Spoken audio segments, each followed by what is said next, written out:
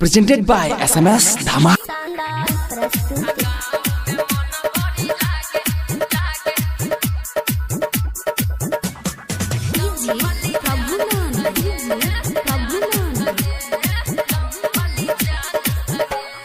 दिल्ली में दिल नहीं लागे है भाई, छोरी चली आई पैसा भे कमाई। आ गाँव में मन बड़ी लागे कि गाँव वाली जानू संगे। आ गाँव में मन बड़ी लागे कि गाँव वाली जानू संगे। दिल्ली में दिल नहीं लागे है रे भाई, छोरी चली आई पैसा भे कमाई। आ गाँव में मन बड़ी लागे कि गाँव वाली जानू संगे। आ गाँव में मन बड़ी लागे कि गाँव वाली जानू संगे। आ गाँव में मन बड़ी लागे लागे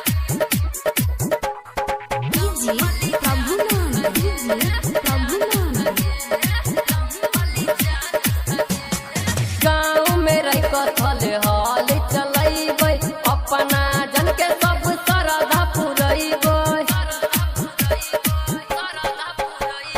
गाँव में रह कथल हल चलैबै, अपना जन के सब श्रद्धा पुरैबै।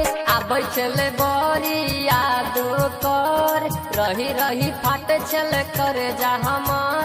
आ गाँव में मन बड़ी लागे कि गाँव वाली जानू संगे। आ गाँव में मन बड़ी लागे कि गाँव वाली जानू संगे। आ गाँव में मन बड़ी लागे लागे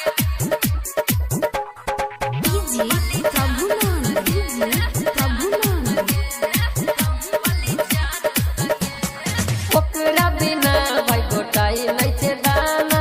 केते बते तो दुख मुकेश मस्ताना। ओकरा बिना भाई गोटाई नहीं छे दाना। केते बते तो दुख मुकेश मस्ताना। राइटर प्रिंस से कई टिकट बनैबै, सरवन के संगे हम गाँव लेके जैबै। आ गाँव में मन बड़ी लागे कि गाँव वाली जानू संगे। आ गाँव में मन बड़ी लागे कि गाँव वाली जानू संगे।